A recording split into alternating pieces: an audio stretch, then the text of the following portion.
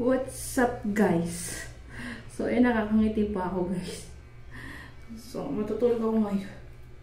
Maglalagay ako ng kating ko. Kasi meron ako stiffness guys. Di pantay ang ulo ko guys. So naunay sa pagtulog. Sakit.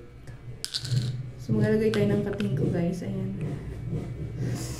Kating ko. Matutulog muna ako. Papahinga muna ako. Pinabantay ko muna yung anak ko doon sa tindahan kasi sabi ko masakit yung leg ko.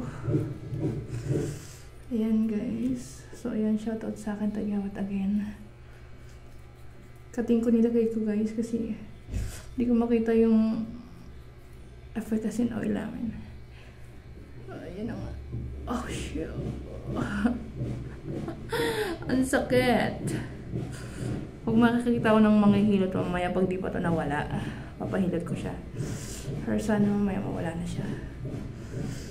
Diba? Ang dami ko nilagay, no? Kung naririnig yung asawa ko doon nag-lagari. So, nalagari siya sa taas. Ayan. Tutulog muna ako dito sa kwarto namin. Papahinga muna ako. Sabi ko doon sa anak ko, bantayan mo muna kasi masakit yung leg ko. No? Bonggang sakit. So, ayan. Sana mamaya wala na to. So, yun lang guys. Papatayin natin tong ilaw kasi di kasi ako makatulog kung ilaw. So, yun lang. Bye-bye.